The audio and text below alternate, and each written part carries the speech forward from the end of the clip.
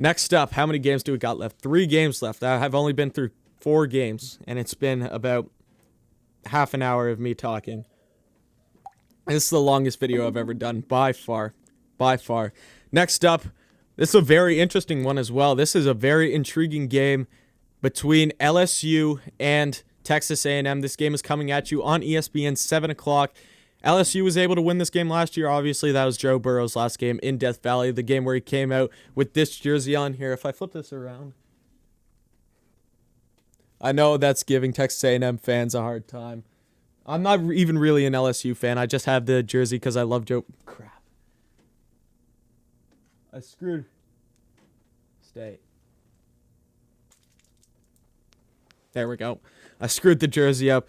Like I was saying, I'm not really an LSU fan. I just, watching Joe Burrow and the rest of that LSU team, I'm a fan of that 2019 LSU team. You can call me a bandwagon. I'm not going out and saying, oh, I've been an LSU fan since day one or whatever, blah, blah, blah, blah, blah. I just liked watching them. I love watching college football, and to watch a team that explosive and everything, I was like, I have to get a Joe Burrow jersey or something for that team, because even though they weren't my favorite team, that was just so fun and exciting to watch that team all season long. So Texas A&M fans, I apologize for having that Joe Burrow jersey behind you that says Burrow, because that's what happened last homecoming game, and they took care of business in that one. But the game before that was the 7 OT win. The last game that LSU played in Texas A&M was the 7 OT win. I think it was 74-72 for Texas A&M in that game. That's one of the craziest games that college football has ever seen, and that it probably will ever see for a long, long time. It was an insane game. You take a game that long, seven overtimes. I can't imagine. If you stayed up for that whole game, that LSU Texas A&M game, or you were there and you stayed the whole time, hit me up in the comments. I'd love to hear about it, because that's pretty impressive. I would have stayed because I love sports and everything. I didn't really watch it on TV. I can't remember. I think I was watching the South Carolina game that night. When was that? Yeah, that would have been 2018. So I was watching the South Carolina Clemson game that night, so I didn't stay up for that one because I wasn't really watching it to begin with. But that is pretty impressive. So let's get to this year. What did LSU do this weekend? LSU goes out and they beat Arkansas. We talked about this earlier in the video when we talked about the Arkansas and Missouri game. I picked Arkansas in this game. I didn't expect TJ Finley to have as good of a game as he did, especially against an Arkansas team that has been playing pretty hot this year. I really like where Arkansas is at, but it was LSU in this one coming out and getting it done, getting business done in this one. They won 27-24 with a late comeback versus Arkansas. Finley threw for 271 yards. You had David Price rushing for 104, and you had Terrace Marshall catching for 57. Terrace Marshall is one of the best receivers in college football right now. Obviously, he was on that team that I was talking about earlier, the national championship team. He's one of the only guys on that team because they have all left. And then Texas A&M, obviously, we talked about it just with the game before. Ole Miss, that game got canceled. That game was very intriguing. I was excited to watch that one because that was definitely a trap game for Texas A&M. If they want to make the playoff, that was definitely a game that they had to prove that they could shut down a very good offense. There's nothing really to prove offensively for Texas A&M in this game, but defensively against Ole Miss, that was a game to prove, and I hope that they play this game towards the end of the season. I don't know if it's going to happen still with COVID and everything, but I would really love to watch that game. Get a quick drink in there.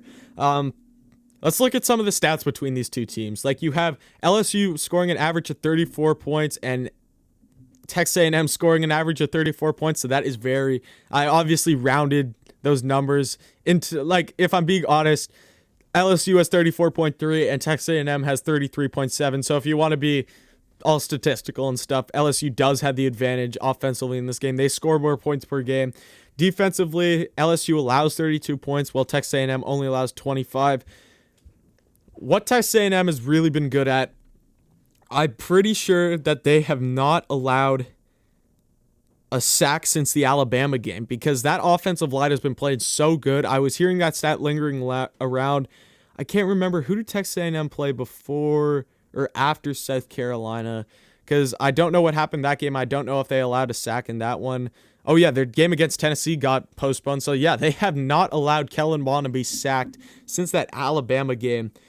LSU's definitely going to got to get to the quarterback. That is going to be a huge key to the game. Make Kellen Mond scramble around, keep him contained, and get sacks. Even though it's extremely hard, that is going to be a key to the game, because if you don't pick up any sacks, you're going to be allowing Kellen Mond to take a sweet time in the backfield and really wind up those passes, because this Texas A&M offense is very good. Isaiah Spiller is one of the better running backs in the SEC. He's been having a great year. He's rushed for 643 yards for 5 touchdowns. You have Smith catching for 312, 5 touchdowns. Wider catching for 311 for 4 touchdowns. Lane catching 311 for 2 touchdowns. You got playmakers all over this team. Lots of depth on this Texas A&M team. Defensively, Texas A&M is a good team defensively. No question in my mind. They have that 5 next to their name for a reason. It's going to be, I love this playoff scenario this year because there's so many different things that can happen. Like last year, you knew it was going to be LSU, Clemson, Ohio State, and then Oklahoma. There really wasn't any question about who was going to get in there. But this year, you're going to have Alabama. You're going to have Ohio State. You're going to have Notre Dame or Clemson. Depends on what happens. Like, this is another thing. Whatever happens in that game in the ACC championship could determine what's going to happen here. Then you got teams like Texas A&M, Florida fighting for it, Cincinnati fighting for it, BYU. Teams like, actually, Wisconsin lost. So you're going to have teams like Northwestern, maybe Indiana. They did lose to Ohio State, but if Indiana wins out the rest of the season, you're going to have a team like that. I'm pretty sure, I can't remember if Oregon lost last night to UCLA, but they might be up there. USC might be up there. There's a lot of teams that are fighting for that last playoff spot, and I think Texas A&M is definitely deserving of it. No matter what happens, 2 SEC teams, in my opinion, deserve that playoff spot. I don't care if Notre Dame and Clemson both have 1 loss or whatever. I don't care. I want to see a team like Texas A&M in the playoff. But for that to happen, they got to take his business against LSU. Just keep doing what I've said this for all the teams that have been good this season, but just honestly, just keep doing what you're doing if you're Texas A&M. If that offensive line holds up, they don't allow Kellen Mond to get sacked, they don't need to put up some crazy number of points in this game. Like, let's be honest, they only got to put up 38 or 35 or something, not 38, 28 or 35 or something like that. I do feel like this Texas A&M defense will definitely hold LSU under that 25 mark, especially with the new freshman quarterback in. They do have some weapons on this offense, but there's been question marks all over the field all year long for LSU. So that's going to be something really, really that Texas A&M just has to do. Like, they just got to keep playing like they do all season. For LSU to win this game, win the turnover battle. I've said that for every single team. You got to get to the quarterback. I've said that. You have to score points. You got to score lots of points. And I don't know what else to say. Like, LSU is going to have a lot go their way to be able to win this game, because it is going to be a hard-fought battle for LSU. But in my opinion, this game is in Kyle Field. It's a night game at Kyle Field on ESPN. Texas A&M is fighting for their life now to make that playoff spot, so I am taking the Aggies in this one.